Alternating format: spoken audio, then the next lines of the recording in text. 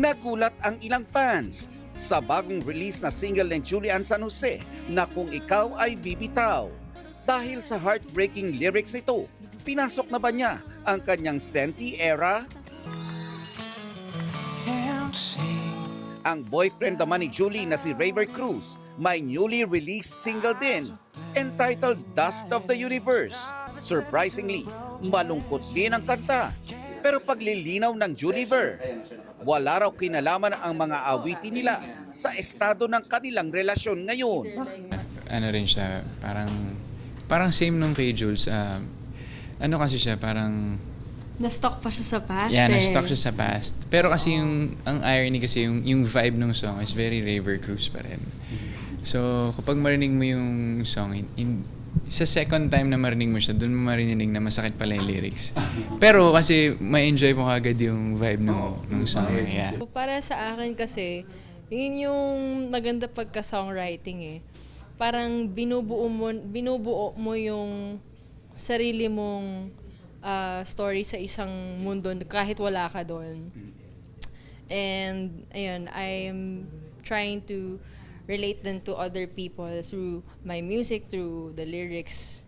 So that's why I made that song. But it didn't mean naman na hindi ako masaya or something because obviously naman, hello!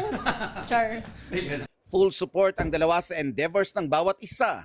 This coming May 3, ang pagiging sports-minded naman ni Raver ang focus niya. Sa bida sa arena, makakasama ng Ultimate Heartthrob ang ibang sparkle stars tulad nina David Licauco, Dustin Yu, Will Ashley, Josh Ford at marami pang iba as they compete in the hardcourt sa kuponang mula sa Kapamilya Network. Nakakatuwa kasi yung mga leading man natin sa Kapuso, hindi lang sila basta leading man. Talaga mga athletic and mga players talaga sila. So dito, ibang side naman yung mapapakita nila. At syempre, number 1 cheerleader si Julie sa araw na yun. Of course, I will be there. I will be there to support and cheer for him. I'm gonna be the happiest one. Yes. O talagang sabi ko kay Rick, basta asama na dun ako.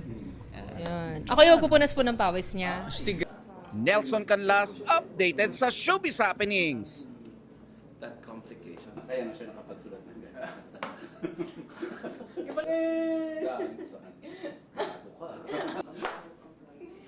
Pero kasi di ba, I think... Yung parang sinusulat niya, buwah!